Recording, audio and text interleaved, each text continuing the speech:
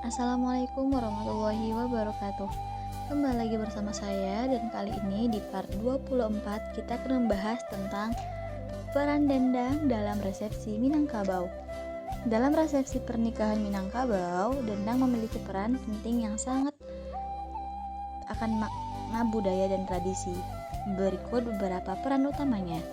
Yang pertama, penyambutan tamu. Dendang sering dimainkan saat tamu kehormatan datang, termasuk keluarga pengantin pria. Lagu-lagu yang dibawakan biasanya berisi doa, harapan, dan penghormatan kepada tamu. Yang kedua, menghidupkan suasana acara.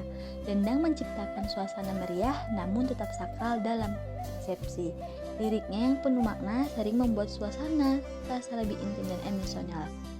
Yang ketiga, simbol komunikasi adat.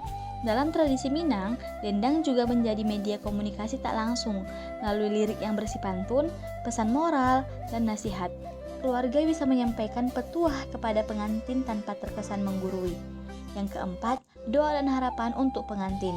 Banyak dendang berisi doa agar pengantin diberikan kebahagiaan, rezeki, dan keberkahan dalam kehidupan baru mereka. Beberapa lirik juga menggambarkan nilai-nilai seperti kesetiaan dan tanggung jawab dalam rumah tangga. Yang kelima, untuk melestarikan budaya. Dendang dalam resepsi pernikahan menjadi sarana pelestarian budaya Minangkabau.